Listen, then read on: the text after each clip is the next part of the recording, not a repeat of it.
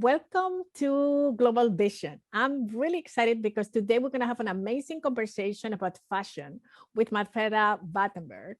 And I think that she is the perfect for this channel because she is between United States, well, it's a person of the world, let's say that. And I think that this is the reason why we would love to speak with her in Global Vision. Welcome, Marcella.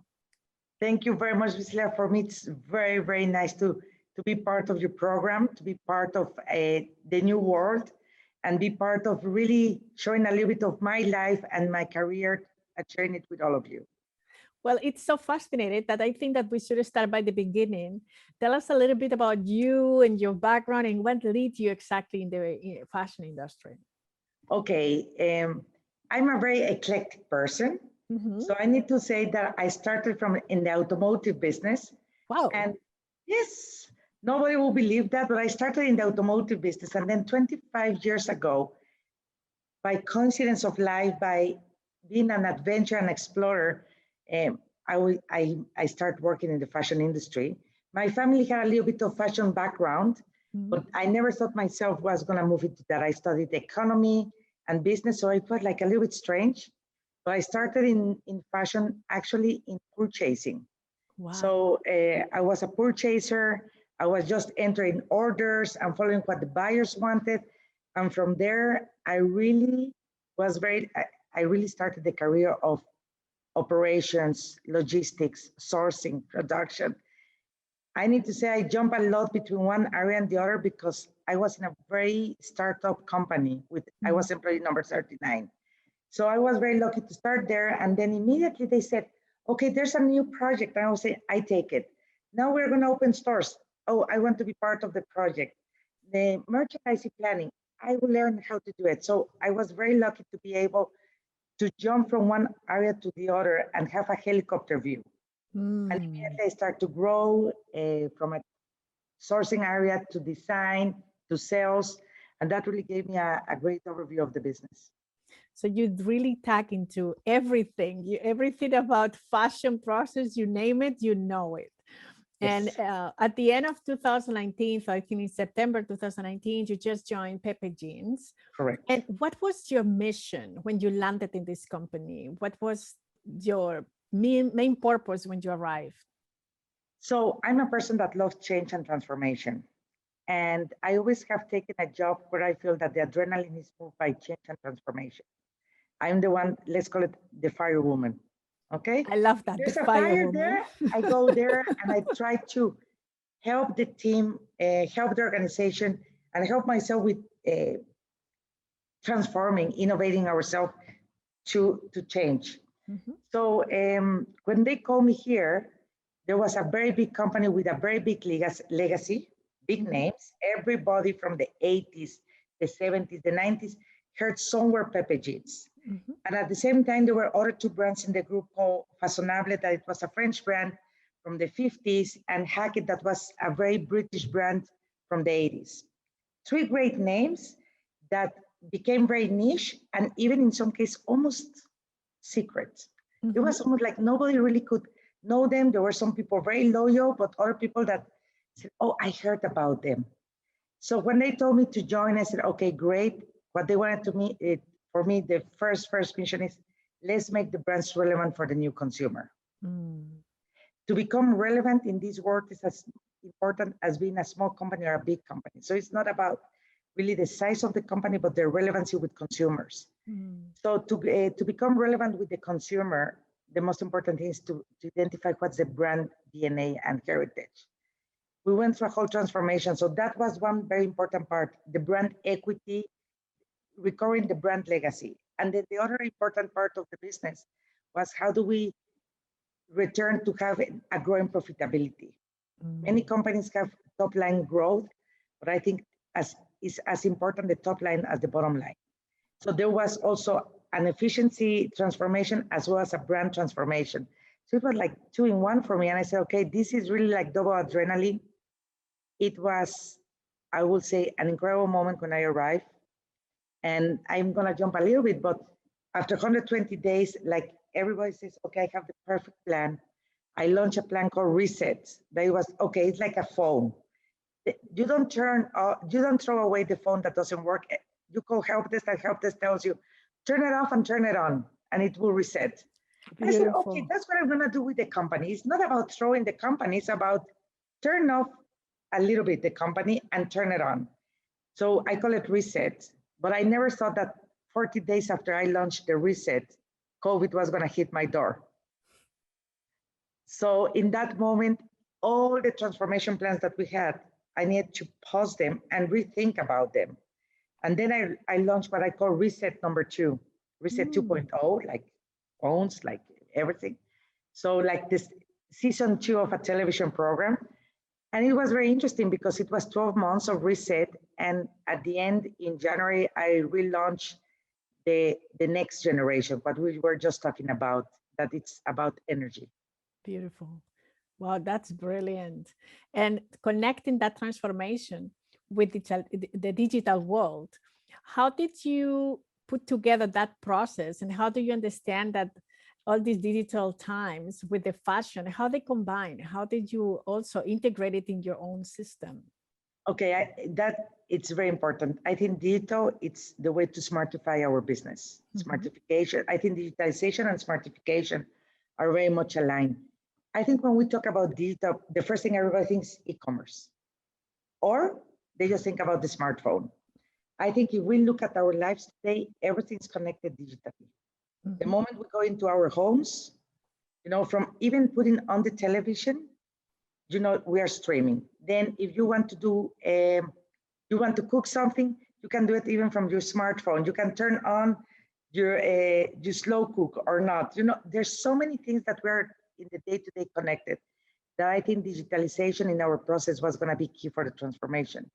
So if you will tell me one of the important things that I took from reset to reset 2.0 was digitalization, it just even moved and accelerated. And I think there were 3 areas where I will talk about digitalization that was very important for me is, let's talk about digitalization from the back office, finance, logistics, everything that had human resources. We want transparency. So digitalization and transparency are connected. The second part of digitalization is, let's go the product, the heart of our business. How do we change to think digital? So there's the part of the process, but it's also the mindset. How is this going to look in a screen? And we were the first ones to look into it, because from one day to the other, I needed to talk with everyone on the screen and look at styles on the screen, even a marketing campaign on the screen. And the third one is the consumer touch point. That means e-commerce. So if we look at all that, so it's e-commerce and marketing communication. So everything needs to be digitalized. I think it's very important that it doesn't work when you only focus on one thing. It starts from the beginning. You need to have a company digital mindset. And I tell everyone, digital first. It's digital first. Digital first is, if I take this little cloth, how is that going to look on the screen? How is that going to look in a photo shoot that you are going to see it in a smartphone of this size? But how is it going to look in an out of home? So I think it's very important to start thinking, how does that look in digital? Can you look at the quality, the feeling, the emotion? So yeah. And how do you leverage the brand equity? Because I mean, you mentioned that word, brand equity, and I would like to know how. Okay, I think brand equity comes from the brand value that is practically what's the consumer perception. How relevant are we and how real are we? I think a word that is very important in the last 12 months is, are the brands real and honest? What do we want to translate in our DNA? And I think it's very important that a brand cannot be everything. I always put an example. Sometimes we want to go to a restaurant that has 100 things in the menu. And you eat something, you find something to eat, and you even ask the waiter to change something. Yes. But you can also go to a restaurant with only 10 things in the menu, and you will still find something to eat. So I think sometimes we need to be true to what we want to be as a brand and as a company. If you go to an Italian restaurant, you expect to get Italian food. If you go to a fast food company, a restaurant, you are expecting to be fast food. Which one is better? I will not say that one is better than the other one. The fast food is as good as the Italian restaurant. Is what are your expectations? So If you're expecting to eat quickly and get food quickly and go back to the office, you will go to a fast food and it will satisfy your demands. Exactly. If you want to have an experience, have a beautiful evening with your girlfriends, with your partner, with whoever, maybe you would not go to a fast food to have a nice conversation. Then you would choose a restaurant that has the right music, the right menu, the comfortable chair. And the same goes with brands and clothing. You need to deliver what the consumer is expecting and not try to be everything. That's one. I think brand codes and respecting the DNA is another one. So what are you doing to have a unique value proposition? So it's the price, value, DNA of the brand there. And I think the brand communication, so the connection of the reality. What do we communicate? How do we communicate? Who is the woman or the man we are communicating to? And how open are we with our values as a brand? Every brand should have values and we should live them internally and externally. This is golden insights. Thank you for that, because it's wonderful. So you've been working in so many different brands, US brands, French brands, Spanish brands, everything. And I would like to know what you will see that is the key points when you go from one market to another, particularly when you come to the US market, what you will say that is needed. I think the most important is understanding the cultural differences and respecting that cultural differences. I think that when you have a brand, a business with diversity of cultures or countries, we need to understand that not one country is better than the other or one person is better than the other. I think it's about respecting how they dress, how they put things together. So people need to wear more pants. They love it. But maybe you go to another country where the weather is beautiful and the girls and the sunshine, and they'll wear more skirts. Is it wearing pants or skirts better or worse? No, it's a cultural need of the country. I think that I always say nobody's trying to dress horrible. It's a normal taste level. That's and true. We need to learn, we need to respect that. I always, once they asked me something similar, I said, if somebody can answer to me what's more beautiful, a Picasso or a Van Gogh, then I will tell you which brand is nicer, if A or B. But I think it's a personal taste level. So Picasso is as beautiful as a Van Gogh, but it depends what you're looking as beauty for your own heart. So for me, that will be the first thing. I think the US market for me is one of the, I would say, is the most fascinating market, because you have one language, one territory. You normally have one marketing campaign, but you need to arrive to many different cultures and people. And I think something that's magic from the US is the diversity. For me, the diversity is the magic key from the US market. I love it. It's just, you can fulfill so many people with so many culture and values that I think that makes it so rich, the US market. It's wonderful. So what you will say that it would be the challenges that you found with all the COVID-19? What is the challenges that you have to face? You like bringing this boat to a new direction, and you have to definitely deal with all this unexpected.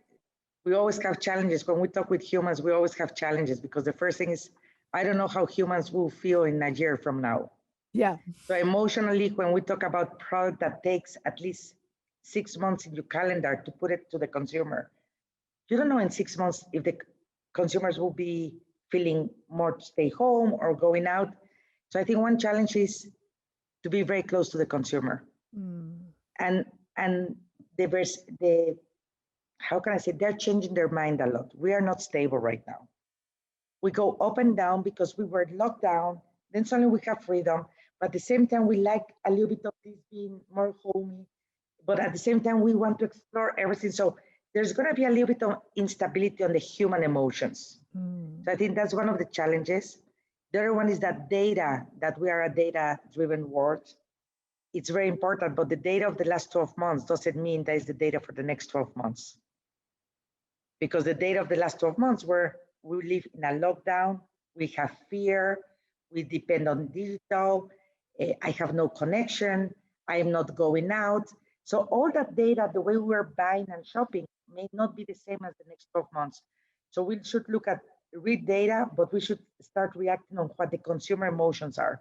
That's going to be the biggest challenge. No, I love it. And it's the first time I hear someone speaking about the consumer emotions. And I think it's brilliant, honestly, because some people, they don't really know or are aware of the weight that has in the decision making for people, right? So Totally. it is great. And moving forward, just to conclude, what is the future of fashion from your perspective as it's going to such a fast transformation? As you said, things are changing so much. Before we could plan in 6 months, and you had all these fashion shows, and the buyers were there. All of this is transformed. So moving forward, how do you foresee the future for fashion? Okay, I think fashion will always be part of our lives, because it's, sometimes I say it's the best therapy. And you feel a little bit sad, you go and buy something. You're going to go to a party, you want to buy something.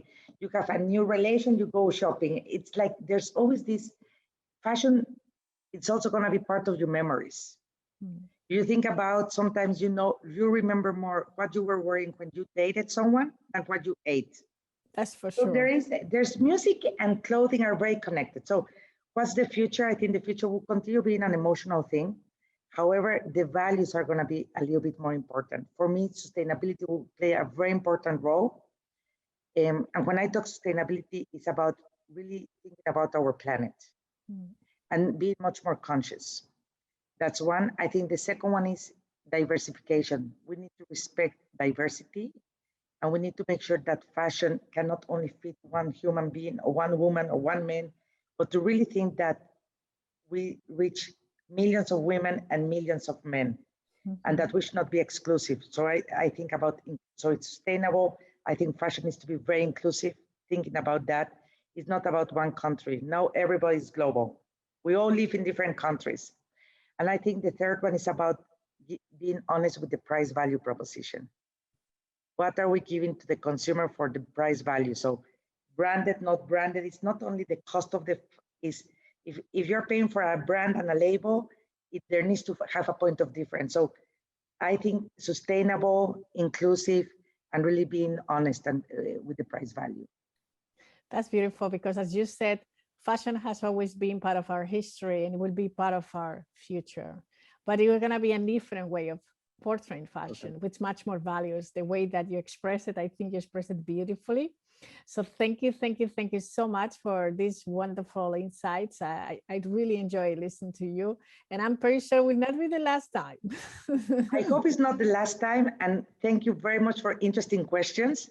And I need to say, I love this way of an open conversation, and thank you very much for having me in your program. Beautiful. Thank you so much.